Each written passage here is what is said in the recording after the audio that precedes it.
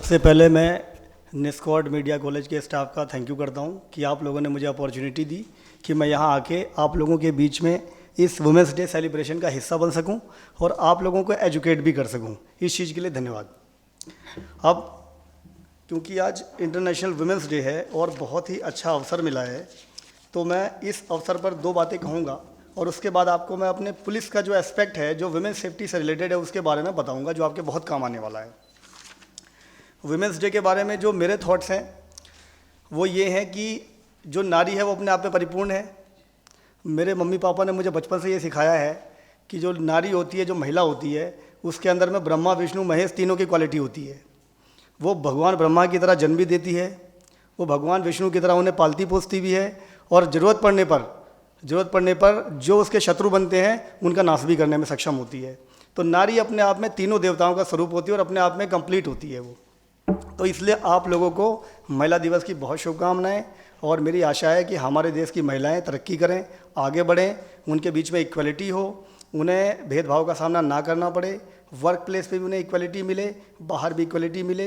माँ बाप को जब बच्ची पैदा हो तो वो हमेशा प्राउड फील करें, कभी भी उन्हें ये ना फील हो। और जब ऐसा दिन आएगा, मैं मानूंगा कि उस दिन ये जो वुमेन डे है हमारा, महिला दिवस, ये उस दिन सार्थक हो जाएगा।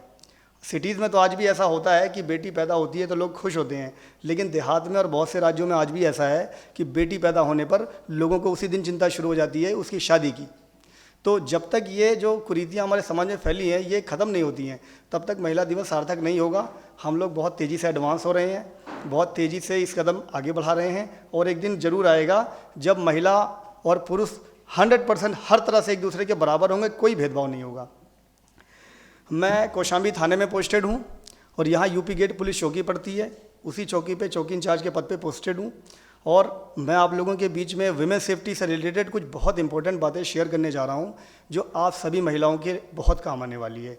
तो मेरा आप सबसे रिक्वेस्ट है कि जो बातें मैं बता रहा हूँ फ़ोन में या जैसे भी, इनको थोड़ा बहुत नोट डाउन भी कर लीजिएगा and please pay attention to that. हमारी जो सोसाइटी है, हमारी सोसाइटी में महिलाओं को अक्सर घर से बाहर जाना पड़ता है, स्कूल में टीचिंग के लिए, ऑफिस में जॉब के लिए, मार्केट में घर का सामान लाने के लिए, डॉक्टर के पास, हर जगह जाना पड़ता है। दिन में भी रात में भी जाना पड़ता है। कई बार ऐसी सिचुएशंस आ जाती हैं कि हमारी देश की महिला को खतरों का सामना करना पड़ता है, पैनिक सिचुएशन का सामना करना पड़ता है। कई बार ऐसा होता है कि कुछ अनवांटेड सोशल एलिमेंट्स या कोई ऐसे व्यक्ति रास्ते में मिल जाते हैं जो कमेंट्स करते हैं, ल्यूड रिमार्क्स करते हैं, छेड़खानी की भी कोशिश करते हैं, बाहर भी और घर के अंदर भी। कई बार ऐसा भी होता है और हम अक्सर इन चीज़ों को टीवी में, मीडिया के माध्यम से, न्यूज़पेपर्स के माध्यम से, आप लोगों के ही माध्यम से जानते हैं और सुनते पढ़ते हैं कि घर में महिला के साथ में अपराध हो गया, सेक्सुअल हैरेसमेंट हो गया, रेप हो गया, छेड़खानी हो गई, मर्डर कर दिया गया, डोमेस्टिक वायलेंस हो गई। महिलाएं बहुत कोमल होती हैं, बहुत ममता का स्वरूप होती हैं, हर चीज़ वो सह लेती हैं। इस वजह से अपराध भी सबसे ज़्यादा उन्हीं के साथ होते हैं। ये मेरा अपना मानना है। इस चीज़ को कम करने के लिए हमें अवेयर होना बहुत ज़रूरी है। हम जागरूक नहीं होंगे, हमें पता नहीं होगा कि हमें क्या, किस सिचुएशन में कैसे अपना बचाव करना है। हमें अगर यही नहीं पता होगा कि हमारे साथ जो हो रहा है वो क्राइम है कि नहीं है, तो हम बचाव कैसे करेंगे। तो सबसे पहले तो हमारी महिलाओं को ये समझने की ज़रूरत है कि जो भी उनके साथ घर में या बाहर हो रहा है वो क्राइम है या नहीं है, और अगर वो क्राइम है तो उससे निपटने के लिए, उससे बचने के लिए, उसके प्रिवेंशन के लिए कि हमारे पास ऑप्शंस क्या अवेलेबल हैं। तो मैं इस बारे में 2-4 बातें आपको बताऊँगा, प्लीज़ उन पर गौर फरमाइएगा।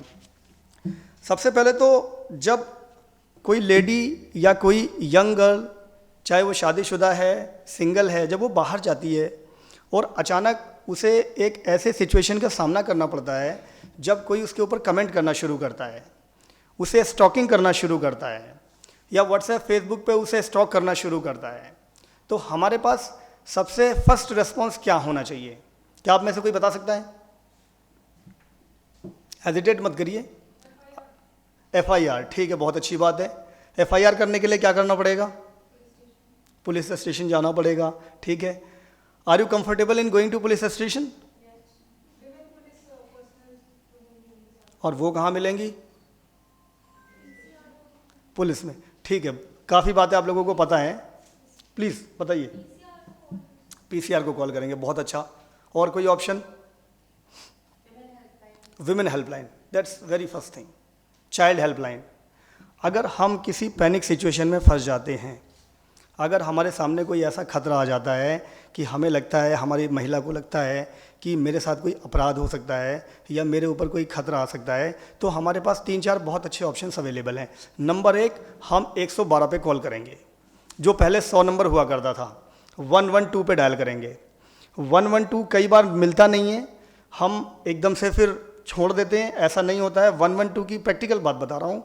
जो 112 की लाइन है बहुत बिजी होती है, वो उस पर numerous calls at the same time आ रहे होते हैं, तो कई बार 5 बार 6 बार 10 बार भी कॉल करना पड़ सकता है। लेकिन आपको कॉल करते रहना है, डेफिनेटली कॉल कनेक्ट होगा। और कॉल कनेक्ट होगा, आपसे पूछा जाएगा आपका नाम क्या है, आप कहाँ से बोल रही हैं, आपको लोकेशन बतानी है। मैं वैशाली सेक्टर 1 से बोल रही हूँ, मैं वहाँ से बोल रही हूँ। आपको ये पूछा जाएगा कोई लैंडमार्क है, आप बता दीजिए। और अगर कुछ नहीं बता सकते तो केवल आप अपना फ़ोन ऑन रखिए, जहाँ खड़े हैं वहीं खड़े रहिए, फ़ोन का जीपीएस ऑन रखिए। ऑटोमेटिक जहाँ आपने कॉल किया है 112 पे, उनका जीपीएस सिस्टम आपके फ़ोन नंबर से लोकेशन ट्रेस कर लेगा और विदिन 10 to 15 मिनट्स 112 की गाड़ी जो होती है, जिसे हम पीआरवी कहते हैं, दिल्ली में पीसीआर कहते हैं, हम पीआरवी कहते हैं यूपी पुलिस में, पुलिस रेस्पॉन्स व्हीकल, आप पीसीआर कह सकते हैं। तो विदिन 10 to 15 मिनट्स आपके पास में कोई ना कोई 112 नंबर की गाड़ी पहुंच जाएगी। आपको केवल वहां खड़े रहना है। अगर आपको ऐसा लगता है कि वहाँ भीड़ भाड़ वाला एरिया है, तो आप पब्लिक की हेल्प भी ले सकते हैं। आपको हेजिटेशन नहीं करना है, आपको शाई बन के नहीं रहना है। आपके ऊपर खतरा आ रहा है तो आपको अपना हेजिटेशन छोड़ करके उसका सामना करना है। नंबर 1 पे आप कॉल करेंगे 112। अगर 112 पे भी कॉल नहीं लगता है या दिमाग में नहीं आता है, तो विमेन सेफ्टी के लिए जो दूसरी हेल्पलाइन बनी हुई है वो है 1090। 1090 वेरी इजी टू रिमेंबर, 1090 1090। आप 1090 पे कॉल करेंगे, 1090 से सामने से कोई कॉल उठाएगा, वो भी सेम प्रोसीजर करेगा। वो आपकी डिटेल्स नोट कर लेंगे, आप कहाँ से बोल रहे हैं, लोकेशन क्या है, और वो 112 को कॉल कर देंगे। काम वहाँ भी वही होना है। अगर आप डायरेक्ट 112 को कॉल नहीं करते, आप 1090 पे कॉल करिए। 1090 स्पेशली विमेन के लिए डेडिकेटेड हेल्पलाइन बनाई गई है। 1090 भी क्या करेगी, 112 को कॉल करेगी, और वो जो लोकल थाना है जहाँ आप खड़े हो, आपके लोकेशन के अकॉर्डिंग जो भी सबसे नियरेस्ट थाना होगा, वो वहाँ के थाने के एसएचओ को भी फ़ोन करेगी कि सर फलानी एक महिला है, लड़की है, वहाँ खड़ी है, उसके साथ साथ ये घटना होने वाली है। इमीडिएट पुलिस फोर्स वहाँ पहुँचेगी, ठीक है। और नंबर 3, 1098। 1098 डिक्रीजिंग ऑर्डर में 1098 भी कहते हैं। ये चाइल्ड लाइन है। अगर कोई ऐसी लड़की है जो यंग एज की है या क्या बोलते हैं बच्चों की कैटेगरी में आती है, तो उसकी हेल्प के लिए आप 1098 को भी कॉल कर सकते हो। और ऐसा नहीं है कि 1098 पे आप 18+ हैं तो कॉल नहीं कर सकते। कोई लेडी जो 18+ है वो भी चाइल्ड लाइन पे कॉल कर सकती है, क्योंकि आपको इमरजेंसी में हेल्प चाहिए, आप किसी भी नंबर पे मिला लो, 112, 1090, 1098, तीनों पे मिला लो। इसके अलावा आप जहाँ रहते हैं, आपको अपने लोकल थाने का नाम ज़रूर पता होना चाहिए। लोकल थाने के एसएचओ सर का सरकारी नंबर होता है जो कभी चेंज नहीं होता है। ऑफिसर्स आते जाते हैं, लेकिन वो नंबर परमानेंटली वहाँ अवेलेबल रहता है। वो नंबर आपके पास ज़रूर होना चाहिए जहाँ आप रहते हैं। कोई दिल्ली में रहता होगा, कोई गाज़ियाबाद में रहता है, कोई कवि नगर में रहता है। आप में से आप जहाँ भी रहते हैं, वहाँ के लोकल थाने के बारे में ज़रूर पता कर लें कि मेरे थाने का ये नाम है। मेरे थाने के एसएचओ का, एसएचओ मतलब जो थाने के हेड होते हैं, स्टेशन हाउस ऑफिसर, उनका एक सरकारी नंबर होता है जो 24 घंटे चलता है। हमेशा वो रिसीव होगा और हमेशा आपकी हेल्प के लिए वहाँ से आपको रिस्पॉन्स मिलेगा। वो ज़रूर नोट करके रखिए आप। कौशाम्बी थाने का मैं आपको बता देता हूँ, प्लीज़ नोट कर लीजिए आप। कौशाम्बी थाने के एसएचओ सर का नंबर है 9643208965। और हमारे कौशाम्बी थाने का ऑफिस नंबर भी नोट कर लीजिए। अगर आपका कोई एसएचओ सर का नंबर ना मिले तो आप यहाँ मिला सकते हैं, 8929513877। तो कॉन्टैक्ट नंबर तो आपके पास अपने लोकल थाने के ज़रूर होने चाहिए। यहाँ की बात है, यहाँ तो आप पढ़ने आते हैं, जहाँ आप रहते होंगे वहाँ आज ही जाने के बाद अपने घर में भाई से, पापा से, किसी से या खुद जा करके लोकल थाने का नंबर ज़रूर ले लेना। ये बहुत इंपॉर्टेंट बात है। जब आप कंप्लेंट रेज करते हैं तो ऐसा ज़रूरी नहीं होता है कि आपको थाने ही जाना है। हमारे कुछ लॉज बने हुए हैं। वुमेन की शर्म को ध्यान में रखते हुए, महिला की सिचुएशन को ध्यान में रखते हुए, it's not always necessary a women have to go to थाना टू रेज अ कंप्लेंट। महिला को हमेशा थाना नहीं जाने होता है। आप फ़ोन कर देंगे, आपके फ़ोन से भी कंप्लेंट रेज हो जाएगी। थाने से लेडी पुलिस ऑफिसर या कोई दूसरा पुलिस ऑफिसर आपके घर पे जाएगा। आप इतना बोल दीजिए, सर मैं थाने आने में कंफर्टेबल नहीं हूँ। आपके घर जाएंगे, आपकी कंप्लेंट वहाँ पे लिखी जाएगी, एफआईआर होगी और आपको उसके बाद में सारा लीगल एक्शन उसमें मिलेगा। ठीक है, नोट हो गई ये बात। अच्छा, अब सबसे बड़ी बात जो हमारे माइंड में आती है, जब किसी महिला के साथ कोई अपराध हो जाता है, सपोज़ करिए मारपीट ही हो गई पड़ोसी से, या किसी ने अब्यूजिव वर्ड्स ही बोल दिए, या सेक्सुअल हैरेसमेंट ही हो गया, तो सबसे पहला जो परेशानी का जो इशू होता है एक लेडी के लिए, वो होता है कि सोसाइटी क्या कहेगी। पेरेंट्स जो होते हैं वो सबसे कहते हैं कि हमारी बदनामी हो जाएगी, पूरे मोहल्ले को पता लग जाएगा कि देखो हमारी बेटी का ये मैटर हो गया है और मुकदमा लिखा जा रहा है, मेरे घर पे पुलिस आ जाएगी। ये जो माइंडसेट है ये हमें बदलना पड़ेगा। ये हमें इसलिए बदलना पड़ेगा कि अगर हम हमारे घर की जो बहन बेटी है उसकी रखवाली के लिए, उसकी सेफ्टी के लिए इतनी शर्म करेंगे तो कल को उसके साथ कोई बड़ा अपराध हो जाएगा।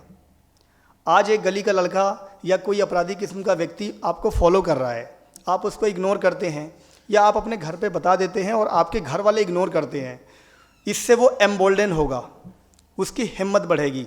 उसे ऐसा लगेगा मैं 10 दिन से फॉलो कर रहा हूँ, आते जाते कमेंट कर रहा हूँ, कुछ नहीं बोला जा रहा है। कल को वो बड़ी घटना को अंजाम दे सकता है, कल को हाथ पकड़ सकता है, हमला कर सकता है, किडनैपिंग कर सकता है। मैं आपको रिपरकशंस बता रहा हूँ कि अगर हम छोटी सी एक क्राइम की जो शुरुआत हो रही है वहाँ पे एक्शन ना लें, if you don't nip them in the bud, तो आगे क्या होगा। तो इसलिए अपनी हेजिटेशन को हमें छोड़ना होगा, अपने घर वालों को इस बारे में हमें अवेयर करना पड़ेगा। और हमारे साथ कभी भी कोई अपराध होने की या कोई पैनिक सिचुएशन आती है तो कंप्लेंट करने से बिल्कुल नहीं डरना है। जो हो देखा जाएगा। आपकी जान से, आपकी सेफ्टी से, आपकी इज्जत से, आपके सम्मान से बढ़ के कुछ नहीं है। क्या मैं गलत कह रहा हूं? पहले आपकी सेफ्टी है, समाज क्या कहेगा वो बाद में है। जब आपकी सेफ्टी ही नहीं रहेगी फिर समाज क्या कहता है उससे क्या फ़ायदा होता है? कुछ नहीं। तो आपको अपनी सेफ्टी देखनी और हेजिटेशन नहीं करना है। ये बात आपने नोट कर ली। अच्छा, अब मैं आपको कुछ ऐसे लॉज बताऊंगा जो हमारे महिलाओं की सेफ्टी के लिए बनाए गए हैं और इनसे आपको ये भी पता लग जाएगा कि तमाम एक्टिविटीज़ जो आपके इर्द गिर्द आपके साथ होती हैं वो क्राइम है या नहीं है, और अगर क्राइम है तो उनमें क्या एक्शन होता है। बहुत कॉमन सी बात बताने वाला हूँ मैं आपको। सबसे पहले चाइल्ड मैरिज। आप टीवी में देखते सुनते हैं चाइल्ड मैरिज। चाइल्ड मैरिज अगर किसी, मैं महिलाओं के बारे में ही बात करूँगा, I am not talking about man क्योंकि महिला दिवस है। अगर किसी लड़के की उम्र 18 साल से कम है और उसके घर वाले उसको फोर्सफुली शादी कर रहे हैं तो लीगली वो अपराध है। लेकिन वो अपराध तभी है अगर कोई उसे रिपोर्ट करता है कि वो गलत हो रहा है। अगर कोई रिपोर्ट नहीं करता है, किसी को उससे ऑब्जेक्शन नहीं होता है, तो पुलिस लॉ एंड ऑर्डर उसमें इंटरफेयर नहीं करता है। गांव देहात में आज भी ऐसा होता है, बहुत सी लड़कियों की शादी हो जाती है 15 साल 16 साल की उम्र में, कहीं कोई रिपोर्टिंग नहीं होती है। लेकिन थोड़ा सा फ्लेक्सिबल है लॉ, हमारा लॉ थोड़ा सा फ्लेक्सिबल है। अगर ऑब्जेक्शंस नहीं होते हैं तो पुलिस खुद से उनमें इंटरफेयर नहीं करती है। मैं प्रैक्टिकल बात बता रहा हूँ आपको। लेकिन लीगली वो अपराध है। अब अपराध किसका है? अगर एक 15 साल की लड़की की शादी हो रही है किसी 18 साल से ज़्यादा के लड़के के साथ में, तो अपराध किसका है उसमें? कोई बता सकता है मुझे? क्या लड़की भी उसमें अपराधी या नहीं है? यस, वो लड़का, अगर वो लड़का 21 साल से ज़्यादा का है तब वो भी अपराधी है और उसके गार्जियन भी अपराधी हैं जो शादी कर रहे हैं। लड़का इसलिए अपराधी है क्योंकि उसको ये पता है कि 18 साल से कम की लड़की से शादी करना इल्लीगल है, ऑफेंस है, फिर भी वो शादी कर रहा है, वो उसमें दोषी होगा और उसके घर वाले दोषी होंगे। ये बात समझ में आ गई? 18 साल से कम की लड़की की मैरिज नहीं कर सकते हैं। मैं इतनी बोरिंग बातें कर रहा हूँ कि जमाई आ रही है। चलो ठीक है। जो दूसरा लॉ मैं आपको बताने वाला हूँ वो है डाउरी प्रोहिबिशन, दहेज प्रतिषेध। हम अक्सर देखते सुनते हैं कि हमारे सोसाइटी में महिलाओं से शादी होने के बाद में उनके ससुराल वाले दहेज की मांग करते हैं। वैसे ये जो नियम कानून होते हैं थोड़े से बोरिंग होते भी हैं, इसीलिए हम इनके बारे में ज़्यादा जानना नहीं चाहते, लेकिन मैं एक एक दो लाइनें बता के आपको ब्रीफ कर दूंगा ताकि एक आउटलाइन आपके माइंड में रहे। दहेज प्रतिषेध, अगर किसी लड़की से शादी के बाद में उसके ससुराल के लोग टीवी, फ्रिज, कूलर, बेटे को दुकान खोलनी है उसके लिए पैसे चाहिए, बिजनेस खड़ा करना है उसके लिए पैसे चाहिए, ऐसी डिमांड्स करते हैं, तो इलीगली तो ये अपराध है। लेकिन क्योंकि शादी का मैटर होता है, पति पत्नी की पूरी लाइफ का मैटर होता है, इसलिए हम लोग ज़्यादातर टॉलरेट कर लेते हैं। अगर आपको ऐसा लगता है कि छोटी मोटी डिमांड्स हैं और आप फुलफ़िल कर सकते हैं और उससे आपका रिश्ता बचता है, तो वो आपकी चॉइस है। लेकिन ये अपराध होता है। अगर आप ऐसा फील होता है कि मुझे इसके लिए टॉर्चर किया जा रहा है, आप लोकल थाने में जाइए, कंप्लेंट करिए, दहेज प्रथा का मुकदमा लिखा जाएगा और आपके ससुरालियों के खिलाफ लीगल कार्रवाई होगी। और इसमें एक बड़ी इंपॉर्टेंट बात यह है, क्योंकि जो दहेज का मैटर होता है वो पति पत्नी का मैटर होता है, तो ऐसा नहीं होता है कि दहेज का मुकदमा लिखा और पति और सास ससुर को जेल भेज दिया। It's not like that. वहाँ पे उस लड़की की पूरी ज़िंदगी का सवाल होता है, उसको उन्हीं के साथ पूरी ज़िंदगी बितानी होती है जिनके घर में शादी हुई है। तो हमारा कानून उसी हिसाब से बनाया गया है। दहेज प्रथा के मुकदमे में पहले मुकदमा लिखता है, फिर पति पत्नी को जिले की फैमिली कोर्ट होती है, परिवार न्यायालय, वहाँ बुलाया जाता है, उनकी तारीखें लगती हैं, उनकी दोनों की काउंसलिंग होती है, उन्हें समझाया जाता है कि आप दहेज मांग रहे हैं, गलत कर रहे हैं, ये आपकी वाइफ है, अपना घर छोड़ के आपके पास रहने के लिए आई है। और ये कोशिश की जाती है कि उन दोनों का दोबारा से म्यूचुअल अंडरस्टैंडिंग के साथ में पैचअप हो जाए और वो आगे फिर से अपनी लाइफ हैप्पीली बिताएं। अगर वहाँ पे भी समझौता नहीं होता है, फिर लीगल कार्रवाई पति और ससुराल वालों के खिलाफ होती है। तो आपको ये बात अपने ध्यान में रखनी है कि ऐसा नहीं होता है कि दहेज प्रथा का मुकदमा लिखते ही पति और सास ससुर को जेल हो जाती है, ऐसा नहीं होता है। मुकदमा केवल इसलिए लिखा जाता है कि लीगल कार्रवाई शुरू हो जाए। अगर बीच में सास ससुर और पति अपनी गलती एक्सेप्ट कर लेते हैं तो मुकदमा ख़त्म भी हो जाता है। ठीक, ये 2 लॉ हो गए। तीसरा मैं आपको एक बहुत इंपॉर्टेंट बताने वाला हूँ। मैं वर्क प्लेस पे sexual harassment of women at work place. आप अभी जर्नलिज्म का कोर्स कर रहे हैं, आने वाले टाइम पे ऐसा होगा कि आप मीडिया हाउसेस में काम करेंगे, प्रिंट मीडिया में, इलेक्ट्रॉनिक मीडिया में काम करेंगे। वर्क प्लेस पे सेक्सुअल हैरेसमेंट बहुत कॉमन है। सेक्सुअल हैरेसमेंट से आप क्या समझते हैं मुझे नहीं पता, मैं आपको एक्सप्लेन कर देता हूँ। सेक्सुअल वर्ड आते ही हम थोड़ा बहुत वल्गर फील करने लग जाते हैं। इसकी डेफिनेशन बड़ी ब्रॉड है। सेक्सुअल हैरेसमेंट का ये मतलब नहीं है कि फिजिकली आपको हैरेस किया जाए, आपको कोई ल्यूड रिमार्क्स कर दिए, अश्लील गाना चला दिया, कोई भी ऐसी एक्टिविटी जो आपको अनकंफर्टेबल फील कराती है। जो महिला होती है, जो नारी होती है, भगवान ने वैसे 5 सेंसेस होते हैं, लेकिन मेरा मानना है उसको 6 सेंस दे रखा है। एक लेडी तुरंत फील कर लेती है कि जो आदमी उसको स्टेयर कर रहा है वो रॉन्गफुल इंटेंशन से स्टेयर कर रहा है या नॉर्मली स्टेयर कर रहा है। महिला में ये विशेष एक गुण होता है, क्वालिटी होती है कि वो तुरंत अपने आसपास के माहौल से जज कर लेती है कि जो साथी मेरे साथ काम कर रहा है, मेरा कलीग, इसके इंटेंशंस मेरे लिए कैसे हैं।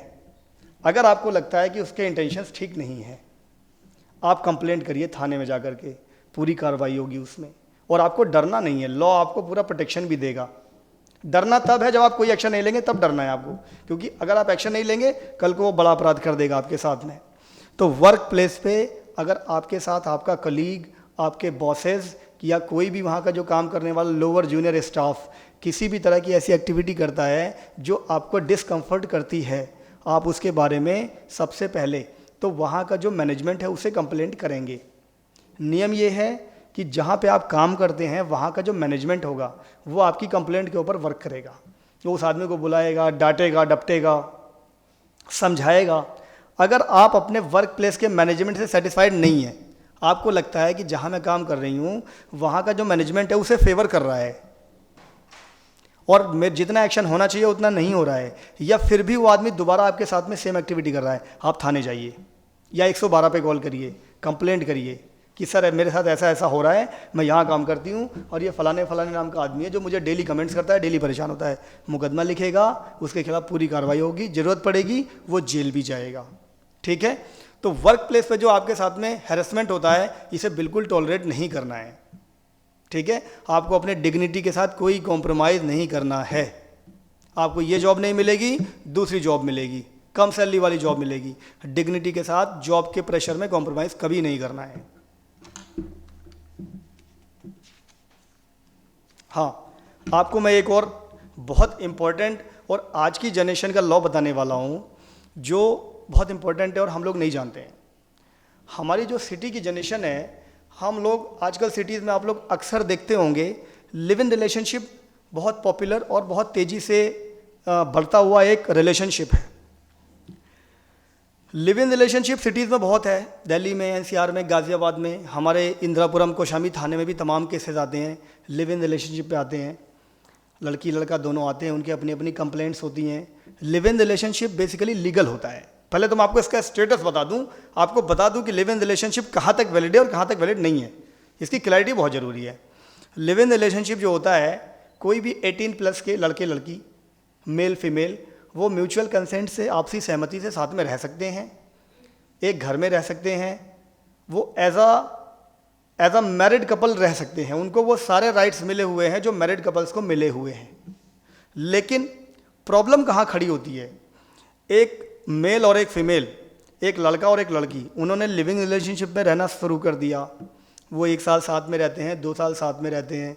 उन्हें 2 साल बाद फील होता है कि हमारी आदतें एक जैसी नहीं हैं, हम एक दूसरे के साथ कंपेटिबल नहीं हैं, या उनमें से एक पार्टनर दूसरे पार्टनर के साथ मिसबिहेव करना शुरू कर देता है।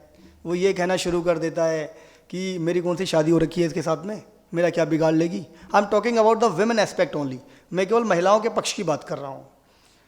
जो मेल काउंटर पार्ट होता है वो आप पे दबाव बनाने लगता है। वो ये सोचता है कि शादी तो मेरी हुई नहीं है, डिवोर्स तो मेरा होना नहीं है, समाज में मेरी कोई बदनामी भी नहीं होनी है, ये अपनी मर्जी से मेरे साथ रह रही है, मेरा क्या बिगाड़ लेगी।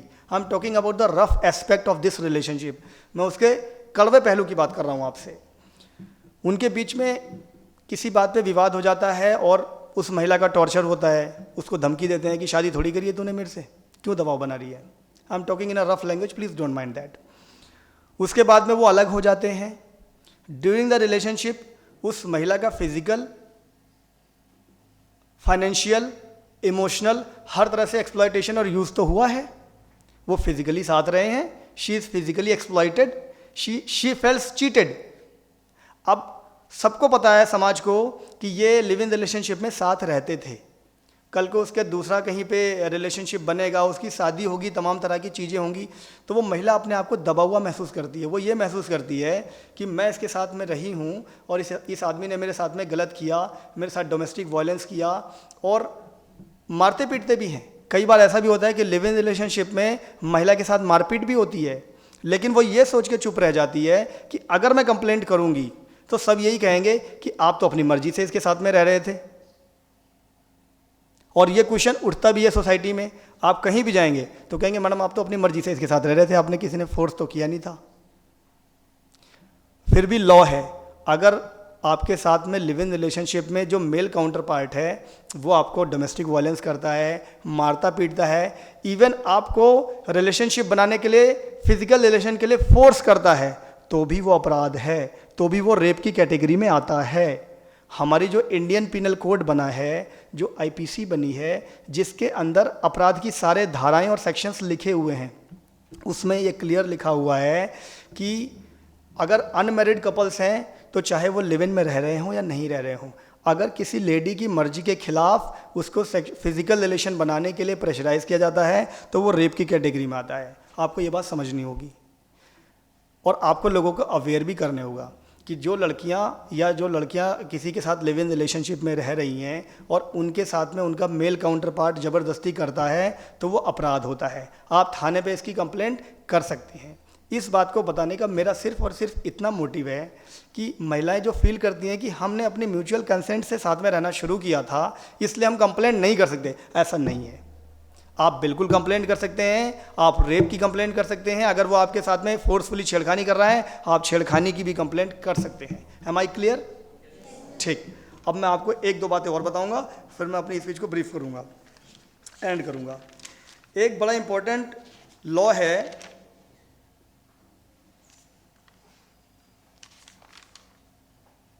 Indian divorce act. Divorce, Indian divorce act, हमें नाम नहीं याद रखना, हमें तो सिर्फ इतना ध्यान रखना है कि जो डिवोर्स होता है वो बेसिकली उसकी इंपॉर्टेंस क्या है। कई बार ऐसा होता है कि शादी होने के बाद में जो महिला है उसके ससुर, उसका पति उसके साथ मिसबिहेव करते हैं, at a certain point of time उस महिला को ये फील होने लगता है कि ये शादी नहीं चल पाएगी, ये लोग मेरे साथ अच्छा बिहेवियर नहीं कर पाएंगे और मैं इनके साथ बहुत लंबे समय तक नहीं रह सकती हूँ। तो उस केस में अगर एक वाइफ है वो कोर्ट में डिवोर्स के लिए केस फाइल कर सकती है। उसको वहाँ पे ये सोचने की ज़रूरत नहीं है कि मेरी बदनामी होगी, समाज क्या कहेगा, और डिवोर्स एक लेडी के कहने पे भी हो सकता है। और अगर डिवोर्स होता है तो डिवोर्स के लिए नियम बने हुए हैं। अगर आपका डिवोर्स होता है पति के साथ में तो कोर्ट आदेश करेगा, पति या हस्बैंड जो होता है वो आपको मंथली पैसे भी देता है, उसकी जिम्मेदारी बनती है। कोर्ट फिक्स कर देता है कि पति की इनकम के अकॉर्डिंग आपको 10,000, 15,000, 5,000, 20,000 जितनी उसकी कैपेबिलिटी है वो आपको मंथली पे करना पड़ेगा। ये बात मैं इसलिए बता रहा हूँ क्योंकि शादी होने के बाद में महिला का सबसे ज़्यादा शोषण होता है, क्योंकि वो फंस जाती है। महिला को ये लगता है मेरी शादी हो गई है, अगर मैं अपने पति से अलग रहने की कोशिश करूँगी तो मुझे पालेगा पोसेगा कौन, मेरे बच्चों को कौन देखेगा। ऐसी टैबू थिंकिंग नहीं रखनी है, आपके पास इसमें पूरा अधिकार है। आप अगर अपनी मैरिज में आपको लगता है डोमेस्टिक वायलेंस वगैरह हो रहा है तो आप डिवोर्स के लिए फाइल कर सकते हैं। डिवोर्स महिला के लिए फाइल कर सकती है। हम आई क्लियर? अब मैं जो सबसे ज़्यादा महिला से संबंधी जो सबसे गंभीर अपराध होते हैं मैं उनके बारे में बात करूंगा। Rape and molestation. Rape and molestation, इनके केसेस में आपको क्या करना है, इनका प्रोसीजर क्या होता है, और आपके मन में जो डर बैठा हुआ है ना रेप को सुन के और छेड़खानी को और मोलेस्टेशन को सुन के, वो डर दूर करना चाहता हूं मैं आपका। ये क्राइम है, ईश्वर ना करे कि किसी भी प्रकार का क्राइम किसी के भी साथ हो, लेकिन ये कड़वी सच्चाई है कि रेप और मोलेस्टेशन और छेड़खानी जैसे अपराध हर देश में होते हैं, हमारे देश में भी होते हैं, हर थाने क्षेत्र में होते हैं, जहाँ आप रहते हैं वहाँ भी होते हैं। किसी न किसी महिला को इसका सामना करना ही पड़ता है। आप लोग बहुत प्रिविलेज्ड हैं, बहुत लकी हैं कि आप ऐसे घरों से हैं कि आपके पेरेंट्स आपको पढ़ा रहे हैं, आपको एक अच्छी एजुकेशन दे रहे हैं। होपफुली आपके अच्छे घरों में शादियाँ होंगी जहाँ आपको ऐसे अपराधों का सामना नहीं करना पड़ेगा। लेकिन बहुत सी महिलाएं होती हैं बदकिस्मती से, बैड लक के कारण उन्हें इनका सामना करना पड़ता है। और जब हमें ऐसे अपराधों का सामना करना पड़ता है तो हमें करना क्या ये जानना बहुत ज़रूरी है। चाहे आपके साथ भविष्य में ऐसा कभी भी ना हो, हम भी यही विश करते हैं, लेकिन आपको जानना बहुत ज़रूरी है ताकि आप अपने और फ्रेंड्स को अवेयर कर सकें। और खुदा ना खास्ता अगर रेप और छेड़खानी जैसे अपराध आपके साथ या आपके किसी जान परिवार के साथ, किसी पहचान के साथ, किसी फ्रेंड, किसी रिश्तेदार की लड़की के साथ हो जाएं तो आपको उन्हें गाइड तो कर सकते हैं आप। तो प्लीज़ इस बात को बहुत सीरियसली नोट कीजिएगा। मैं सबसे पहले रेप की बात करूंगा।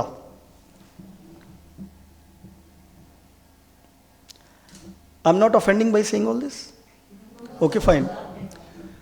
रेप एक बहुत ही जघन्य अपराध है। 2012 में दिल्ली में एक लड़की थी, निर्भया नाम दिया गया, उनका रियल नेम दामिनी था और उनको निर्भया के नाम से पूरे देश में जाना गया। एक बहुत ही जिसे कहते हैं बार्बरिक, इनह्यूमन क्राइम हुआ उनके साथ में, गैंगरेप हुआ और उस प्यारी सी बच्ची की मौत हो गई और पूरा देश हिल गया। हमारा पूरा जुडिशियल सिस्टम उससे बिल्कुल कांप गया उस घटना से। उसके बाद में सन 2012 में ऐसे हीनस क्राइम्स ना हों या कम हों, इसके लिए एक नया एक्ट बनाया गया, पॉक्सो एक्ट, बच्चों के लिए बनाया गया। POCSO, POCSO stands for POSCO, protection of children from sexual offences, बच्चों का लैंगिक अपराधों से बचाव का कानून। कानून को लॉ की भाषा में एक्ट कहते हैं, हिंदी में अधिनियम कहते हैं। जिस भी चीज में अधिनियम लग जाए आप समझो ये कानून है। दहेज अधिनियम, बाल विवाह अधिनियम, चाइल्ड मैरिज एक्ट, तो जिसमें एक्ट या अधिनियम लग जाए ये कानून होते हैं। कानून कौन पास करता है, कौन बनाता है कानून? पार्लियामेंट बनाती है। कानून पार्लियामेंट बनाती है। पार्लियामेंट, लोकसभा, राज्यसभा, वो दोनों जगह कानून पास होता है, फिर हमारे प्रेसिडेंट उस पर साइन कर देते हैं, फिर वो लागू हो जाता है पूरे देश पे। ठीक है। अब जब 2012 में निर्भया के साथ बस में गैंगरेप हुआ, उसके बाद में कानून को ऐसा फील किया हमारे कानून निर्माताओं ने कि सिर्फ रेप की धारा, रेप की जो धारा है वो धारा 376 है, सेक्शन 376। सेक्शन 376 जो है वो रेप को डिफाइन करता है और रेप की पनिशमेंट बताता है। तो उन्हें ऐसा महसूस हुआ कि सिर्फ रेप की धारा 376 सजा दिलाने के लिए पर्याप्त नहीं है, हमें एक बहुत सख्त कानून चाहिए जिससे रेप करने से लोगों में डर पैदा हो, और उसके लिए पॉक्सो एक्ट बनाया गया। अब मैं आपको बताता हूं पॉक्सो एक्ट में और रेप के जो बाकी धाराएं हैं उनमें डिफरेंस क्या है। पॉक्सो एक्ट तब लागू होता है अगर किसी 18 साल से कम की महिला के साथ, लड़की के साथ बलात्कार या छेड़खानी या कोई भी लैंगिक अपराध होता है, लैंगिक मतलब सेक्सुअल क्राइम होता है, तो पॉक्सो एक्ट लगता है। पॉक्सो एक्ट में जो खास बात है वो ये होती है कि मान लीजिए, मैं छोटा सा एग्जांपल दे रहा हूं कि पॉक्सो एक्ट बाकी कानूनों से कैसे अलग है और क्यों इतना इफेक्टिव है। मान लीजिए आप सड़क पे जा रहे हैं, अचानक से वहां पे किसी से आपका झगड़ा हो गया, किसी ने आपको मार दिया, पीट दिया, आपके चोट लग गई, या आप घर पे हैं, घर पे आपके पड़ोसी ने आपके साथ मारपीट कर ली, आपने थाने पे मुकदमा लिखा दिया, आप कोर्ट में गए, कोर्ट में अब आपके ऊपर एक बर्डन है। बर्डन क्या है? बर्डन ऑफ प्रूफ, कानून की भाषा में कहते हैं बर्डन ऑफ प्रूफ। आपको जो कंप्लेंट करता है उसे साबित करना होता है कि इसने मुझे मारा है, आपको साबित करना होता है कि आप विक्टिम हैं और वो एक्यूज्ड है। बर्डन ऑफ प्रूफ किसके ऊपर होता है? कंप्लेनेंट, जो शिकायत करता है। आपको साबित करना होगा कि मैं इनोसेंट हूं, ये गिल्टी है, इसने मुझे मारा। ठीक, पॉक्सो एक्ट में ठीक उल्टा है। पॉक्सो एक्ट में जिस लड़की के साथ में, जिस महिला के साथ में छेड़खानी, रेप या महिला संबंधी अपराध हुआ है, उसके ऊपर कोई बर्डन नहीं है साबित करने का। जो आरोपी है उस पर बर्डन है कि वो साबित करे कि वो गिल्टी नहीं है। पॉक्सो एक्ट में केवल महिला का कंप्लेंट कर देना ही पर्याप्त है। Merely complaining is enough. A lady victim does not have to prove she is really the victim और नॉट। केवल आपको कंप्लेंट करनी है कि इस आदमी ने मेरे साथ में ये अपराध किया है, उसके बाद में उसकी अरेस्टिंग होगी, वो जेल जाएगा और उसके ऊपर बर्डन ऑफ प्रूफ होगा, वो कोर्ट में साबित करे कि उसने आपके साथ में ये अपराध नहीं किया है, और अगर वो नहीं साबित कर पाता वो जेल में रहेगा। तो ये इसलिए ये कानून बहुत इफेक्टिव है कि यहाँ पे लड़की की जो रेप के कानून की जो सबसे बड़ी जो कमजोरी है वो ये होती है कि जब कोई लड़की किसी के ऊपर रेप का आरोप लगाती है, 18+ महिला, तो जब कोर्ट में केस जाता है, प्रैक्टिकल बात बता रहा हूं मैं आपको, तो वहां पे जो आरोपी है जिसने रेप किया है या छेड़खानी की है, उसका वकील ये दलील देता है कि सहमति से हुआ था, म्यूचुअल कंसेंट से हुआ था, आपसी सहमति से इन्होंने फिजिकल रिलेशंस बनाए थे, ये रेप नहीं है, ये पैसे मांग रही थी, पैसे देने से मना कर दिया मेरे क्लाइंट ने, इसलिए इन्होंने रेप का आरोप लगा दिया इसके ऊपर। पॉक्सो एक्ट में ऐसा नहीं है। पॉक्सो एक्ट में क्योंकि जो बच्चा होता है, लड़की होती है, वो 18 से कम की है, तो उसकी सहमति की कोई वैल्यू नहीं होती है। मेरी बात समझ में आ गई आपको? तो पॉक्सो एक्ट बहुत इफेक्टिव एक्ट होता है, और अगर कोई भी आपके फैमिली में ऐसा बच्चा है या लड़की है जिसकी उम्र 18 से कम है, और उसके साथ में आपको पता लगता है कि कोई पड़ोस के अंकल या घर में काम करने वाला माली या घर में आने वाला कोई जो है काम करने वाला या कोई कबाड़ी वाला या कोई अड़ोसी पड़ोसी उस बच्चे के साथ में गलत एक्टिविटी कर रहा है, आप उसके पेरेंट्स को अवेयर करिए और उसके पेरेंट्स को बताइए वो थाने में कंप्लेंट करें। और पॉक्सो एक्ट लड़के लड़कियों दोनों पे लागू होता है। बच्चों के लिए, बच्चे में लड़के लड़की दोनों आते हैं। ठीक है, am I clear to you? तो आपको ये जो मैंने बताया है पॉक्सो एक्ट, ये बहुत ज़रूरी है। अगर किसी बच्चे के साथ में कोई अपराध होता है तो आप उसकी थाने में कंप्लेंट करेंगे तो बहुत सख्त कार्रवाई होगी। अब मैं आपको प्रोसीजर बताता हूँ। मान लीजिए आपके अड़ोस पड़ोस में किसी महिला के साथ में छेड़खानी हो गई। छेड़खानी क्या होती है? छेड़खानी में बहुत कुछ आता है। कोई आपका पीछा कर रहा है, वो भी छेड़खानी है। कोई फेसबुक पे आपको कमेंट्स कर रहा है गंदे, वो भी छेड़खानी है। कोई आपको व्हाट्सएप पे अश्लील मैसेज भेज रहा है, ऑब्सीन फोटोज भेज रहा है, वो भी छेड़खानी है। आपके साथ कुछ भी ऐसी एक्टिविटी कोई कर रहा है जिस एक्टिविटी से आपको ये फील हो रहा है कि ये मेरी डिग्निटी को कम कर रहा है, आप उसकी कंप्लेंट करिए, उसका मुकदमा लिखेगा। अब मुकदमा लिखने के बाद का प्रोसीजर क्या है मैं वो बता देता हूँ आपको। जब एक महिला के साथ में छेड़खानी जैसा या रेप जैसा अपराध हो जाता है तो सबसे बड़ा चैलेंज होता है उसको लीगल प्रोसीजर का सामना करना पड़ता है। She has to go through the entire legal system. उससे हम बहुत डरते हैं। हम डरते हैं कि मुझे कोर्ट जाना पड़ेगा, मुझे थाने जाना पड़ेगा, वहाँ सबको फेस करना पड़ेगा, ऐसा नहीं होता है। हम टीवी में देखते हैं कि इतने सारे लोग बैठे होते हैं कोर्ट में और उन सबके सामने ऐसा हो रहा होता है, ऐसा नहीं होता है। महिला संबंधी अपराध में जो मजिस्ट्रेट होते हैं, जो जज होते हैं, वो सेपरेट चैम्बर में महिला जज होती हैं, वही आपके बयान लेंगे, आपको कुछ नहीं करना होता है। इसका जो स्टेप वाइज प्रोसीजर है वो ये है, आपके साथ में महिला संबंधी अपराध हुआ, आप थाने में कंप्लेंट करेंगे। कंप्लेंट होने के बाद में थाने की कोई महिला पुलिस अधिकारी आपका बयान लेगी। आपको केवल 2 बार थाने जाना पड़ेगा। कभी भी आपके साथ में कोई महिला संबंधी अपराध होता है तो आपको सिर्फ 2 बार थाने पे जाना पड़ता है। एक तो मुकदमा लिखने के बाद थाने पे जो लेडी पुलिस ऑफिसर है वो आपका बयान लेंगी, पहली बार तब जाना पड़ेगा।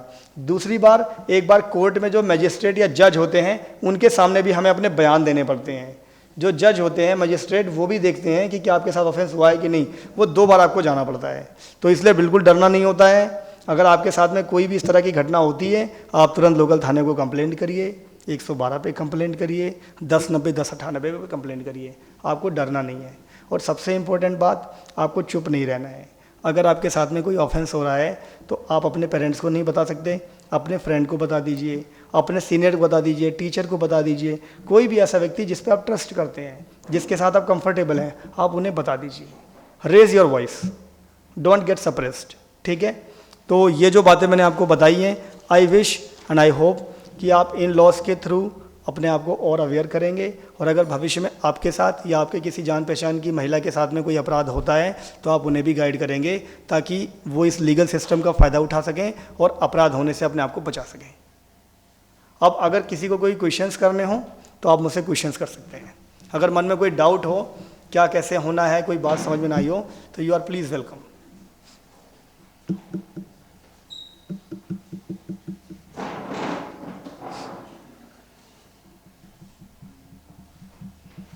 किसी भी तरह का सवाल, थाने कैसे जाना है, क्या करना है, कोई चार्ज तो नहीं लगता, फीस तो नहीं लगती, कोर्ट में क्या होगा, वकील करना पड़ता है क्या नहीं करना पड़ता, एनी काइंड ऑफ क्वेश्चन। वरना मैं समझूंगा आप सारे बहुत अच्छे समझदार हैं और मेरी सारी बात समझ गए।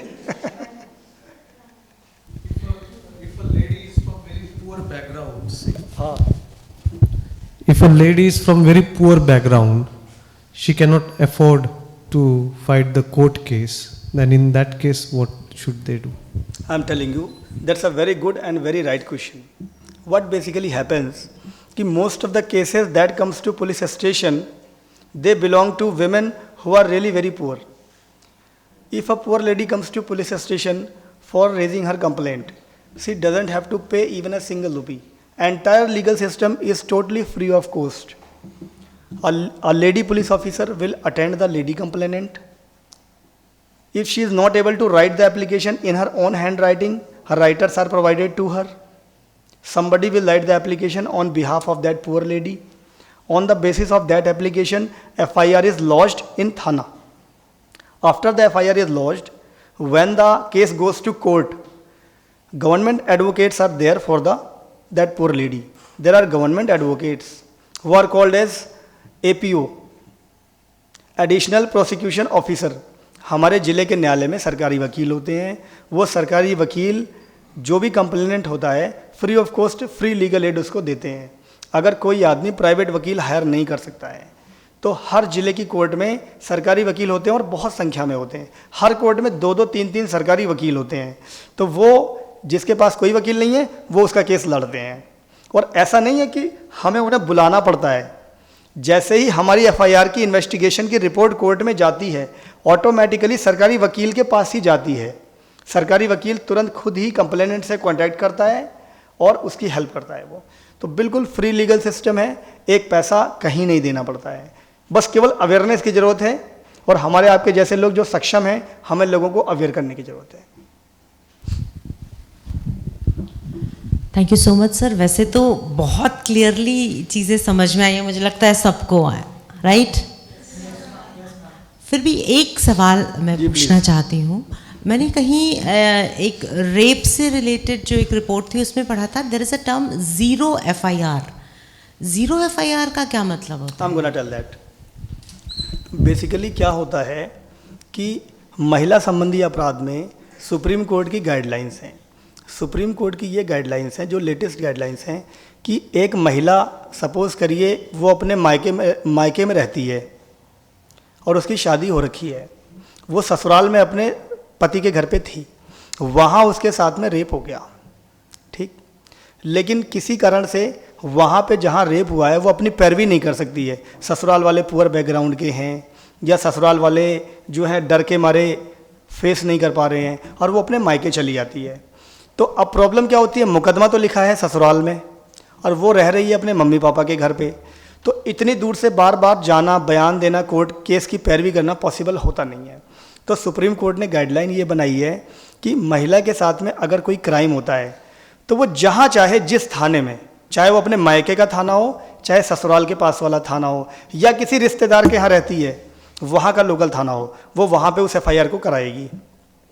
अच्छा, घटना जहाँ पे होती है एक्चुअल में इन्वेस्टिगेशन उसी थाने से होनी होती है जहाँ पे घटना होती है।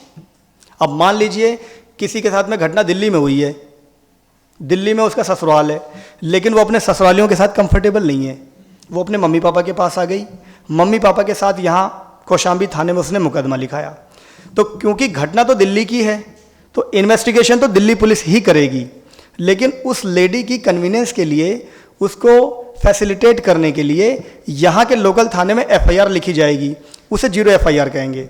फिर वो एफआईआर यहाँ से पुलिस के द्वारा दिल्ली में भेजी जाएगी। तो महिला को सिर्फ इतनी हेल्प मिल गई कि उसको एफआईआर लिखाने के लिए वहाँ दिल्ली के चक्कर नहीं काटने पड़े, वो जहाँ रहती है वहीं के थाने में एफआईआर हो गई है। तो ये 0 एफआईआर है। सर जी बताएं। Sir I have a question. For instance किसी लड़की को वुमेंस हेल्पलाइन पे कॉल करके अपने लिए मतलब किसी भी प्रॉब्लम का, जैसे फॉर एग्जांपल उसको हैरेस किया जा रहा है, उसके बारे में कंप्लेन करना चाहती है, बट वो ये भी चाहती है कि उसके पेरेंट्स तक ये बात ना पहुंचे, तो इज़ इट पॉसिबल कि वो ऐसा कंप्लेन भी करे, पुलिस उनकी हेल्प भी करे, बट उनको Yes, this is possible. This is definitely possible. Practically, there are certain difficulties in this, but this is possible. I'm telling you. Please sit down. I have certain cases of this situation. They have come to me in the same थाना. अगर complainant 18 plus है, अगर वो लड़की या जो महिला है वो 18 साल की हो चुकी है, तो कानून ये मानता है कि वो अपना अच्छा बुरा समझने में सक्षम है। She is capable of understanding what's good and what's bad for her. उस केस में वो अकेले सेक्सुअल हरासमेंट की कंप्लेंट 1090 पे या 112 पे या थाने पे भी जाके कर सकती है। पुलिस एक बार ये पूछेगी कि आपके गार्जियन हैं, कहाँ हैं, और अगर आप ये कहते हैं कि मैडम मैं कंफर्टेबल नहीं हूँ, अपने गार्जियंस को इन्वॉल्व नहीं करना चाहती हूँ, मैं 18 प्लस हूँ, मैं खुद ही इसकी पैरवी करना चाहती हूँ, तो पुलिस उसका पूरा सम्मान करती है और आपको फोर्स नहीं करेगी कि आप अपने पेरेंट्स या गार्जियंस को इन्वॉल्व करें। ऐसा होता है, ये लीगल है, ये बिल्कुल लीगल है। हाँ, थोड़ी सी डिफ़िकल्टीज़ हैं, कुछ लोग होंगे वो आपसे क्वेश्चन करेंगे बहुत ज़्यादा, क्यों नहीं इन्वॉल्व करना चाहते हो पेरेंट्स को, ऐसी क्या बात है, ये प्रैक्टिकल डिफ़िकल्टीज़ थोड़ी फेस करनी पड़ेंगी, बट लीगली आप एंटाइटल्ड है और ऐसा होता है। जी प्लीज़।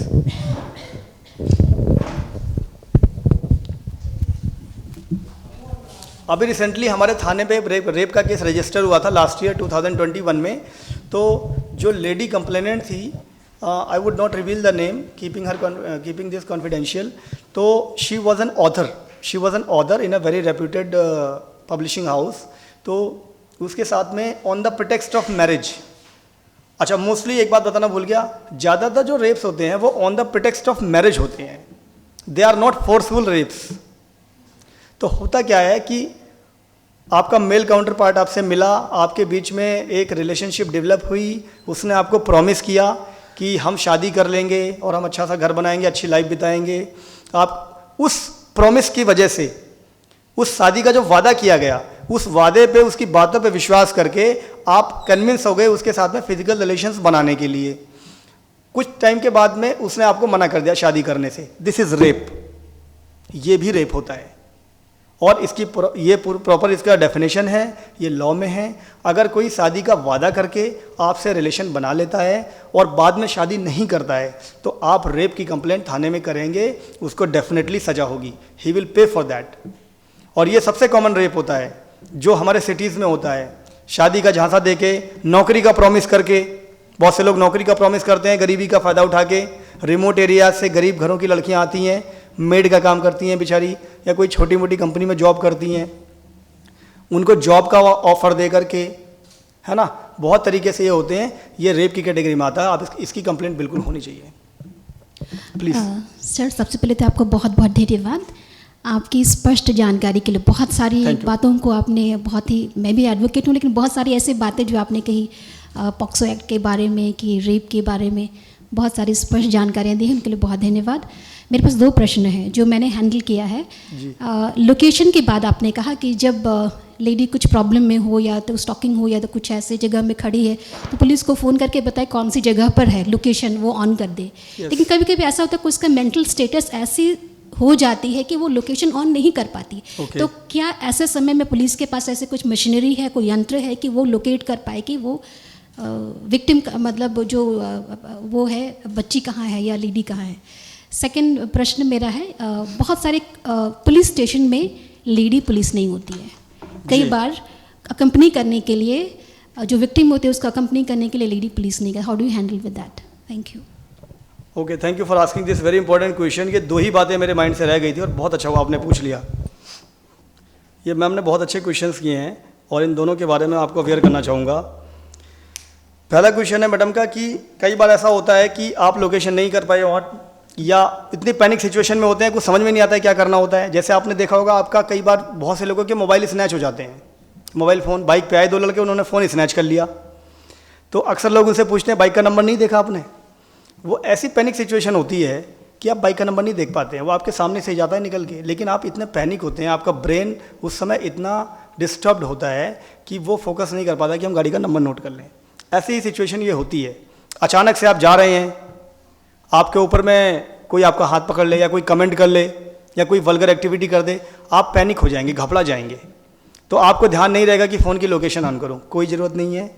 जो हमारा फ़ोन होता है, फ़ोन अगर हमारा ऑन है, उसका सिम कार्ड उसमें चालू है, चल रहा है, तो जो जीपीएस सिस्टम होता है पुलिस का, वो फ़ोन नंबर से ही लोकेट कर लेती है कि आप कहाँ पे खड़े हैं। जीपीएस लोकेशन ऑन करना कोई ज़रूरी नहीं होता है। शायद मैंने शुरू में ये बात कह दी थी, तो इसलिए वो कंपलसरी लगा हो, ऐसा कुछ नहीं है। आपका फ़ोन सिर्फ चलना चाहिए, फ़ोन स्विच ऑन होना चाहिए। अगर फ़ोन स्विच ऑन कंडीशन में है तो डेफिनेटली आपकी पिन पॉइंट लोकेशन ट्रेस कर ली जाएगी और गाड़ी बिल्कुल वहीं पहुँचेगी। अच्छा, अब सेकेंड ऑप्शन, आप ऐसा तो नहीं है कि आपके साथ में कोई गलत एक्टिविटी करने की कोशिश कर रहा है और आप खड़े होकर पुलिस का वेट करेंगे वहाँ पे। मे भी आपको भागना पड़े वहाँ से, आपको सेल्फ डिफेंस में लड़ना पड़े उससे, ऐसा भी हो सकता है। हल्ला मचाना पड़े, शोर मचाना पड़े, सैंडल निकाल के मारना पड़े, या बैग ले रखा है बैग से मारना पड़े, कुछ भी करना पड़ सकता है। तो जो सेल्फ डिफेंस वाला पार्ट है ये रह गया था। मैं सोच के आया था कि मैं सेल्फ डिफेंस के बारे में थोड़ा बहुत ज़रूर बताऊँगा, but it got skipped out of my mind. तो मैडम ने पूछ लिया तो मुझे याद आ गया। सेल्फ डिफेंस, अगर आपके ऊपर में कोई भी व्यक्ति, लेडी जेंट्स, सेक्सुअल अटैक करता है या वैसे भी मारपीट करता है, आप अपने सेल्फ डिफेंस में उसको नुकसान पहुंचा सकते हो। सेल्फ डिफेंस की भी कुछ लिमिटेशंस हैं।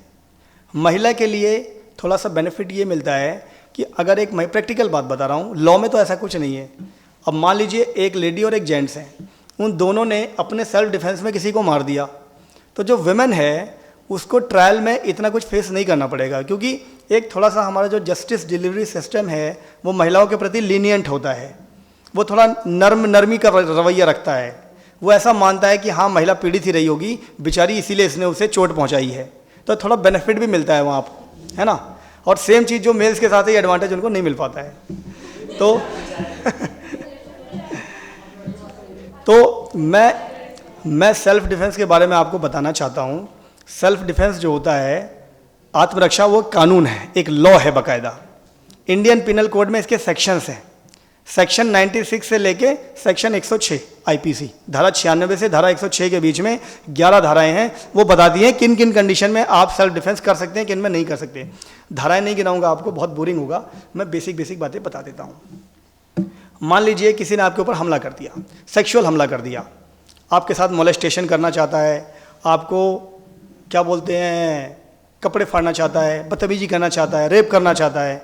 आप जो कुछ भी अवेलेबल है उससे उस पर हमला कर सकते हैं। अगर वो मर जाता है तो कोई बात नहीं है, अगर वो मर भी जाता है, इन केस, ये मैं आपको प्रैक्टिकल बात बता रहा हूँ, सपोज करिए कि किसी लेडी का रेप करने की कोशिश हो रही है, this is very harsh reality and this is very practical, this is dam practical. Suppose करिए किसी लेडी के ऊपर सेक्सुअल असॉल्ट हुआ, 2-3 लोगों ने मिलके किया, वो रेप करने की कोशिश कर रहे हैं, और लेडी ने उसके हाथ में अचानक से कुछ ऐसी चीज़ आ गई, कोई हार्ड ऑब्जेक्ट आ गया, ब्लंट ऑब्जेक्ट आ गया या धारदार ऑब्जेक्ट आ गया, उसने सेल्फ डिफेंस में मार दिया और उसकी डेथ भी हो गई। तो मौके पे पुलिस जाएगी, लेडी पुलिस ऑफिसर्स जाएंगे, तो वहाँ पे जो सिचुएशन होगी उस सिचुएशन से पुलिस भी, क्योंकि वीडियोग्राफी भी होती है, पुलिस खुद विटनेस होती है उस चीज़ की, तो जब भी कोर्ट में ये बात आएगी तो पुलिस भी इस चीज़ को कहेगी कि हाँ, महिला के कपड़े फटे हुए थे, वो बहुत अस्त व्यस्त अवस्था में थी, ऑब्जेक्शनेबल पोजीशन में थी, कॉम्प्रोमाइजिंग पोजीशन में पड़ी हुई थी। तो बहुत सारी चीज़ें होंगी जो आपके सेल्फ डिफेंस में आपके काम आती हैं। तो पहली बात ये होती है कि अपनी रक्षा के लिए, अपनी जान बचाने के लिए, अपनी इज्जत बचाने के लिए अगर हम हथियार उठा के उसे हमला कर सकते हैं तो कर देना चाहिए। बात की बात बाद में देखी जाएगी, उसके लिए लॉ बना हुआ है, सेल्फ डिफेंस के लिए लॉ बना हुआ है। आप अपनी आत्मरक्षा में दूसरे पे हमला कर सकते हैं, लेकिन लॉ ये है कि हमला इस तरह से करें कि उसे चोट पहुंचाए, हमला इस तरह से करें कि उसे चोट पहुंचाए। बहुत ऐसी कंडीशन में जब आपको ये लगे कि ये तो मुझे जान से ही मार देगा, हमला इस लेवल का हो कि आपको लगे कि इस हमले में मेरे बचने के कोई चांसेस नहीं है, उस कंडीशन में आप उसको भी मार सकते हैं। अब ये ट्रायल की बात है कि आपको प्रूफ करना पड़ेगा कि उस लेवल का अटैक आपके ऊपर हुआ है, आपकी बॉडी में उस तरह की चोट होनी चाहिए, उस तरह की सीरियस इंजरी होनी चाहिए जो इस बात को प्रूफ करे कि अगर आप नहीं मारते तो हमला करने वाला आपको जान से मार देगा। ठीक है, तो ये लॉ बना हुआ है, कई सारी चीज़ें हैं लॉ में। हमारा लॉ बहुत ही लॉजिकल बना हुआ है, हमारा कानून बहुत फ्लेक्सिबल, बहुत लॉजिकल है। हमारा कानून एक ये भी है कि अगर मान लीजिए एक नाव में 20 लोग जा रहे हैं, बड़ी हार्श रियलिटी बता रहा हूँ मैं आपको, शायद नहीं पता हो, मे भी कुछ लोगों को पता भी हो, मैम को डेफिनेटली पता होगा, मैम ने लॉ कर रखा है, वो उससे हैं लीगल बैकग्राउंड से। 20 लोग नाव में जा रहे हैं और आपने ये देखा कि नाव जो है it is going to turn upside down, वो डूबने वाली है, पलट जाएगी, उसमें ज़्यादा लोग हैं, और आपको लगता है कि 2 लोगों को अगर नदी में फेंक दें तो ये नाव नहीं डूबेगी, तो लीगली आप ऐसा कर सकते हैं, क्योंकि कानून ये कहता है कि बहुत बड़ी क्या बोलते हैं, मोर्टेलिटी को रोकने के लिए अगर छोटी हानि कर सकते हैं तो कर दीजिए। अगर 18 आदमियों की जान बचाने के लिए 2 आदमियों की कुर्बानी देनी पड़े तो आप उसे दे सकते हैं। बस ये है कि आपको ये सारी चीज़ें ट्रायल में प्रूफ करनी पड़ेंगी। The burden of proof lies on to you, ठीक है ना, the burden of proof in the case of self defence lies on to you. ये तो 2 बातें हो गई। अच्छा, मैम ने ये पूछा कि लेडी पुलिस ऑफिसर्स कई बार थानों में नहीं मिलती हैं, ये एक समस्या थी, वैसे अब काफ़ी हद तक सॉल्व हो गई है। आप हमारे उत्तर प्रदेश के किसी भी थाने में जाएंगे, आपको हर थाने में सफिशिएंट नंबर्स में लेडी सब इंस्पेक्टर्स और लेडी कांस्टेबल्स मिलेंगी। ठीक है, आपको हमेशा 1 या 2 लेडी पुलिस ऑफिसर्स मिलेंगी, बल्कि हमारी प्रेजेंट गवर्नमेंट ने बहुत ही एक जिसे कहते हैं कि बोल्ड स्टेप उठाया और हर थाने में महिला हेल्प डेस्क की स्थापना करी है। महिला हेल्प डेस्क, हर थाने में एक छोटा सा केबिन बना दिया गया है अलग, उसमें लेडी पुलिस ऑफिसर्स बैठती हैं, जितनी भी लेडी कंप्लेनेंट्स आती हैं वो उनको सेपरेटली अटेंड करती हैं। पूरा रजिस्टर मेंटेन होता है कि आज फलाने फलाने फलाने मैम आई थी, इनकी ये कंप्लेंट थी, इस पर हमने ये एक्शन लिया है। तो लेडी पुलिस ऑफिसर्स की अवेलेबिलिटी ज़्यादातर तो है। कई केसेस में ऐसा होता है कि लीव पे हैं, लेडी पुलिस ऑफिसर्स लीव पे हैं, या वहाँ थाने में 1-2 ही लेडी पुलिस ऑफिसर्स हैं जो किसी कारण से कहीं और ड्यूटी पे गई हुई हैं, अवेलेबल नहीं हैं। तो उस केस में अगर आप मेल पुलिस ऑफिसर के साथ में, पुरुष पुलिस अधिकारी के साथ में अपनी कंप्लेंट बताने में कंफर्टेबल नहीं है, तो आप ये कह सकते हैं कि जो भी वहाँ पे अधिकारी होंगे कि सर मैं अपनी कंप्लेंट किसी महिला पुलिस अधिकारी से ही दर्ज कराना चाहती हूँ, तो लोकल नियर बाई थाने से महिला पुलिस अधिकारी बुला ली जाती है। सारे नियम कानून बने हुए हैं। अगर कोई लेडी ऐसी है जिसे लगता है कि वो कंफर्टेबल नहीं है पुरुष अधिकारी से अपनी बात कहने में, उसे हेजिटेशन फील हो रहा है, तो आप इस बात को कहेंगे तो अगल बगल के थाने से, दूसरे थाने से महिला पुलिस अधिकारी बुला ली जाती है। ठीक है मैम। तो सब चीज़ के लिए प्रोविजन बने, बताइए प्लीज़। सर,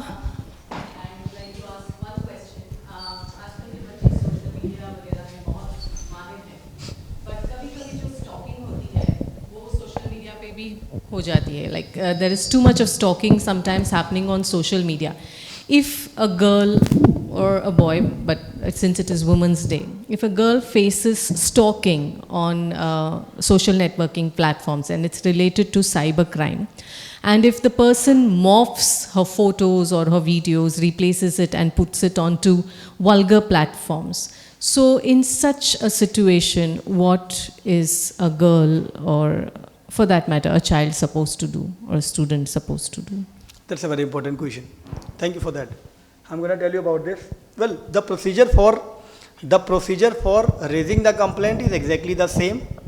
अगर किसी लड़की के साथ में ऐसा कोई क्राइम होता है, if she is faced made to face कि फेसबुक पे, इंस्टाग्राम पे, व्हाट्सएप पे कोई आपको वल्गर फ़ोटोज़ भेज रहा है या आपकी प्रोफाइल की फ़ोटो उठाई, उसे एडिट किया और किसी सेक्सुअल वेबसाइट पे या पॉर्न वेबसाइट पे ले जाके डाल दिया, ठीक है, या किसी फेसबुक प्लेटफॉर्म पे ही डाल दिया मॉर्फ करके, डॉक्टर्ड इमेज, एडिटेड इमेज डाल दी उसने, तो उस केस में होगा क्या कि वो फ़ोटो वायरल होगी। सबसे पहले तो उस पर तमाम तरह के कमेंट्स होने लगेंगे, मीम्स बनने लगेंगे। ये हार्श रियलिटी है।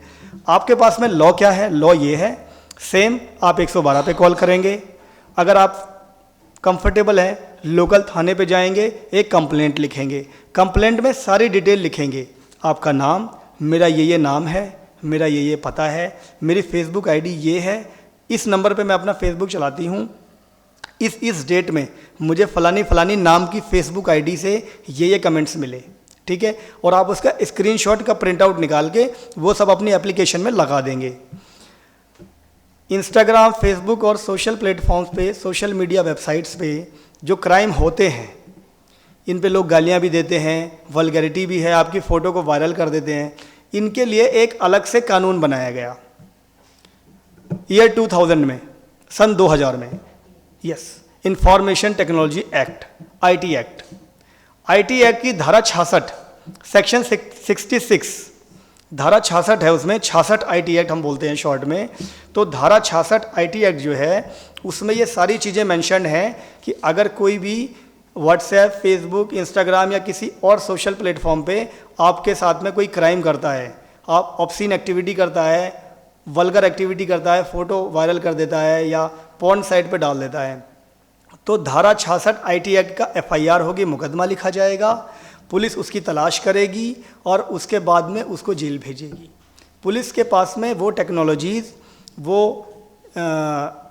टेक्निक्स हैं, police is completely equipped with those technologies by which it can apprehend, it can nab cyber criminals। हमारी अपनी साइबर सेल होती है, हर ज़िले की अपनी साइबर सेल होती है।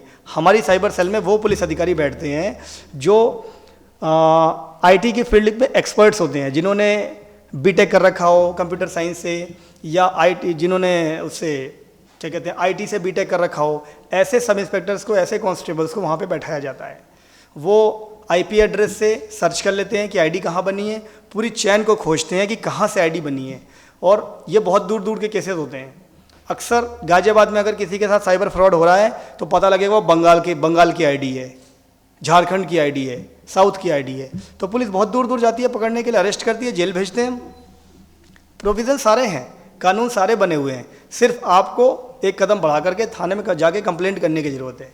आपको जो अपना हेजिटेशन का बैरियर है, जो कंफर्ट जोन है, उससे बाहर निकलने की ज़रूरत है।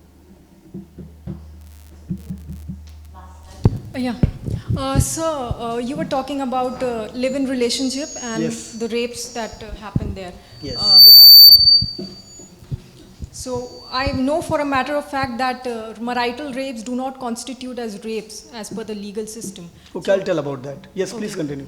Yeah, so how do you deal with such cases where married women come up to you and ask for help in such cases? Well, I got your point. Please sit down. ये बहुत ही important point उठाया आपने कि ये state to state very करता है, state to state very करता है। ये आपने जो क्वेश्चन किया है, आपका क्वेश्चन है मैरिटल रेप्स या मैरिटल रेप्स। शादी के बाद भी एक ये बड़ा ही बोल्ड और बहुत कड़वा सच है कि आफ्टर मैरिज समटाइम्स जो महिला होती है उसको फिजिकल रिलेशंस बनाने के लिए फोर्स किया जाता है। तो कुछ समय पहले तक ये कानून हुआ करता था, मैं उत्तर प्रदेश की बात कर रहा हूँ, उत्तर प्रदेश राज्य की बात कर रहा हूँ, लेकिन कुछ समय पहले शायद 1-2 साल पहले जो एक सुप्रीम कोर्ट की गाइडलाइन आई कि मैरिटल रेप्स जो होते हैं वो रेप्स की कैटेगरी में नहीं आएंगे। अगर एक लेडी अपने पति के खिलाफ रेप की कंप्लेंट करती है तो वो काउंट नहीं होगी। उसका ये मैटर ऑफ डिस्कशन है, एक चर्चा का विषय है, एक डिबेट का विषय है, लेकिन प्रेजेंट में इसका स्टेटस क्या है मैं वो बता देता हूँ। हुआ क्या कि पति पत्नी में दहेज को लेकर कोई मामला हो गया या पति पत्नी में किसी बात को लेकर के अनबन हो गई, तो कई बार अपने मायके वालों के कहने में आकर के 376 का केस लगा दिया, तो उसका मिसयूज़ होने लग गया। बहुत से ऐसे केसेस आए जहां कोर्ट में जब ट्रायल चला तो ट्रायल में ये पता लगा कि जो महिला है वो रेप का झूठा आरोप अपने पति के ऊपर लगा रही है। तो कोर्ट ने जब ये देखा कि इस लॉ का मिसयूज़ हो रहा है तो एक ये नियम बनाया गया कि शादी के बाद रेप की जो चार्जेस हैं वो नहीं माने जाएंगे। तो यूपी में तो स्टेटस फिलहाल यही है कि अगर मैरिटल रेप है तो वो रेप नहीं माना जाता है। अगर महिला अपने पति के खिलाफ आरोप लगाती है कि मेरा रेप हुआ है तो वो यूपी में स्टैंड नहीं करता है, क्योंकि कोर्ट ये मानता है कि जब शादीशुदा है, सहमति से साथ रह रहे हैं, सहमति से शारीरिक संबंध बन रहे हैं, तो रेप कहाँ से हुआ। कुछ स्टेट्स में मैरिटल रेप को लीगल स्टेटस मिला हुआ है, बहुत से स्टेट्स हैं जहाँ मैरिटल रेप में पनिशमेंट होती है, मुकदमा लिखा जाता है। ये मैटर ऑफ डिबेट है, लेकिन हमारे यहाँ की जो यूपी का स्टेटस है वो ये सही है, जो आपने बताया बिल्कुल सही है कि हमारे उत्तर प्रदेश में फ़िलहाल कोर्ट की जो गाइडलाइंस है उसके अकॉर्डिंग मैरिटल रेप को रेप नहीं माना जाता है। अगर कोई लेडी अपने हस्बैंड के खिलाफ रेप का मुकदमा लिखाने जाएगी तो वो स्टैंड नहीं करेगा, एफआईआर नहीं लिखी जाएगी। Sir, thank you for your vivid explanation. I could understand a little, even though I do not understand the language. While talking about POCSO Act, a man can be charged without any evidences. If a girl or a family doesn't like me, then they can manipulate the case, and they can simply come and give you any case over me. So in that way, how can you help the innocents not to be affected by this case? Okay, I got your point. You are saying that POCSO Act is a very stringent act. इनका कहने का मतलब है कि POCSO Act बहुत ही सख्त कानून है, और इस कानून में जो अलग है बाकी कानूनों से वो ये है कि सिर्फ लड़की अगर किसी के ऊपर आरोप लगा दे कि इसने मेरे साथ छेड़खानी की है, इसने मेरा हाथ पकड़ा है, तो इतना कहना ही उसे जेल में भिजवा सकता है, और अब उसे साबित करना होगा कि उसने छेड़खानी नहीं की थी। ये बहुत हार्श रियलिटी है, लेकिन इसमें आपको पुलिस जो करती है वो एक अलग चीज़ है। जब केस कोर्ट में जाता है उसके बाद में आपको मौका मिलता है, और पुलिस की इन्वेस्टिगेशन में भी आपको मौका मिलता है अपने आप को सही साबित करने का। होता क्या है कि जब किसी, जैसे इन्होंने ये कहा कि सपोज़ मेरे पड़ोस की कोई लड़की है और उसके घर वाले मुझे लाइक नहीं करते किसी भी वजह से, और वो उसको मिसयूज़ करने के लिए अपनी लड़की से मेरे खिलाफ POCSO एक्ट का मुकदमा लिखवा देते हैं। सपोज़ उनका झगड़ा है नाली का, उनकी नाली का पानी उनके घर के सामने इकट्ठा हो जाता है, उनकी नाली ओवरफ्लो होती है और नाली ओवरफ्लो होकर सारा पानी जो है उनके घर के सामने चला जाता है। ऐसा होता है, लॉ का मिसयूज़ करते हैं लोग, लीगल सिस्टम का मिसयूज बहुत होता है। लोग क्या करते हैं कई बार कि अपने घर की औरतों को वो फ्रेम कर देते हैं, आगे झूठा मुकदमा छेड़खानी का लिखा देते हैं, नाबालिग लड़कियां जो हैं उनके थ्रू POCSO एक्ट का मुकदमा लिखा देते हैं। ये होता है, this is reality of society. कुछ केसेस में ऐसा भी होता है। ऐसे केसेस में क्या पुलिस इन्वेस्टिगेशन जो होती है, तो ऐसा नहीं होता है कि हम जो पुलिस ऑफिसर्स हैं हमें रियलिटी पता नहीं होती है। POCSO एक्ट के बहुत से मुकदमे लिखे जाते हैं, और जब पुलिस को अपनी इन्वेस्टिगेशन में, अपनी फाइंडिंग्स में ये पता लगता है कि ये मुकदमा झूठा लिखा हुआ है, पता लग जाता है, क्योंकि हम सिर्फ लड़की की स्टेटमेंट पर नहीं जाते हैं, लड़की के पेरेंट्स की स्टेटमेंट लेते हैं, अड़ोसी पड़ोसी की स्टेटमेंट लेते हैं, लड़के के घर वालों के भी बयान लिए जाते हैं। तो कई बार ऐसा होता है कि POCSO एक्ट का मुकदमा जब गलत होता है, फर्जी होता है, उसको ख़त्म भी कर दिया जाता है, उसमें फाइनल रिपोर्ट्स भी लग जाती हैं। अगर आप सही हैं और आपको लगता है कि मुकदमा आपके खिलाफ गलत लिखा हुआ है, तो थोड़ा आपको स्ट्रगल तो करना पड़ेगा, लेकिन जो इन्वेस्टिगेटिंग ऑफिसर होगा पुलिस डिपार्टमेंट में, अगर आप उसको प्रॉपर एविडेंस प्रोवाइड कराएंगे तो वो हेल्प आउट करेंगे आपको डेफिनेटली, और वो केस ख़त्म भी कर देंगे। और सपोज़ पुलिस ने आपकी हेल्प नहीं करी, आप इनोसेंट हैं, फिर भी POCSO एक्ट में आपको पुलिस ने जेल भेज दिया, तो उसके बाद कोर्ट में ट्रायल चलता है। ट्रायल शायद आप लोग ना समझते हो, जब मुकदमा लिखा जाता है और उसकी जांच पुलिस कंप्लीट कर देती है, तो पुलिस अपनी जांच की रिपोर्ट को कोर्ट में भेज देती है। फिर कोर्ट में शिकायतकर्ता और आरोपी दोनों पक्षों की तारीखें लगती हैं, उन्हें बुलाया जाता है, उसे कहते हैं पेशी। जो हम लोग सुनते हैं फिल्मों में, टीवी सीरियल्स में, पेशी होती है और अड़ोस पड़ोस में बहुत से लोग कहते हैं कि मैं कोर्ट में पेशी में गया था। तो पेशी का मतलब यही है कि मुकदमा लिखा था, उसकी जांच रिपोर्ट थाने से पूरी होकर कोर्ट में चली गई, अब दोनों पक्षों को कोर्ट में बुलाया जाता है, तो दोनों के वकील अपनी अपनी दलील देते हैं, तो कोर्ट में भी आपको इनोसेंट प्रूव करने का एक मौका मिलेगा।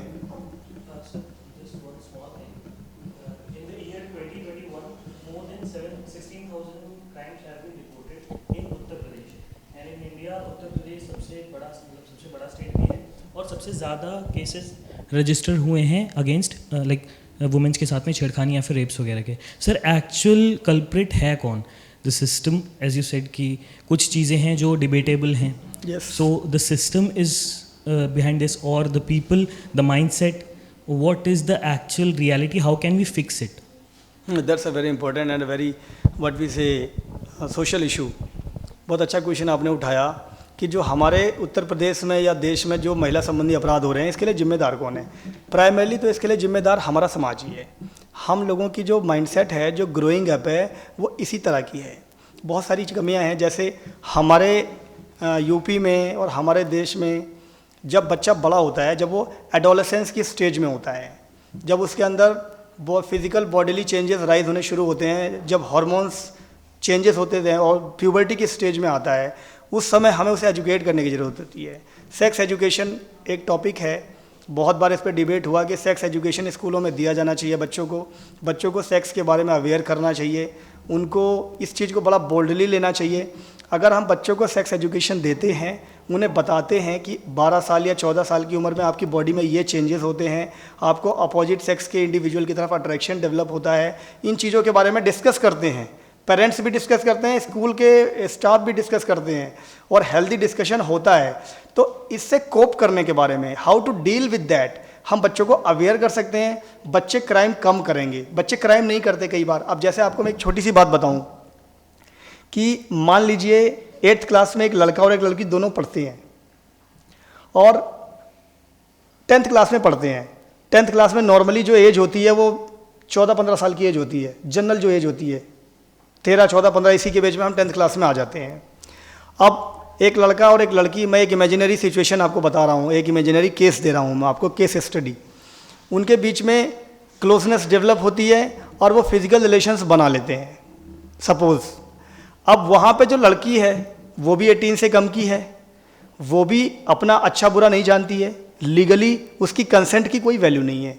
जो लड़का है वो भी चाइल्ड है, उसे भी कुछ नहीं पता है।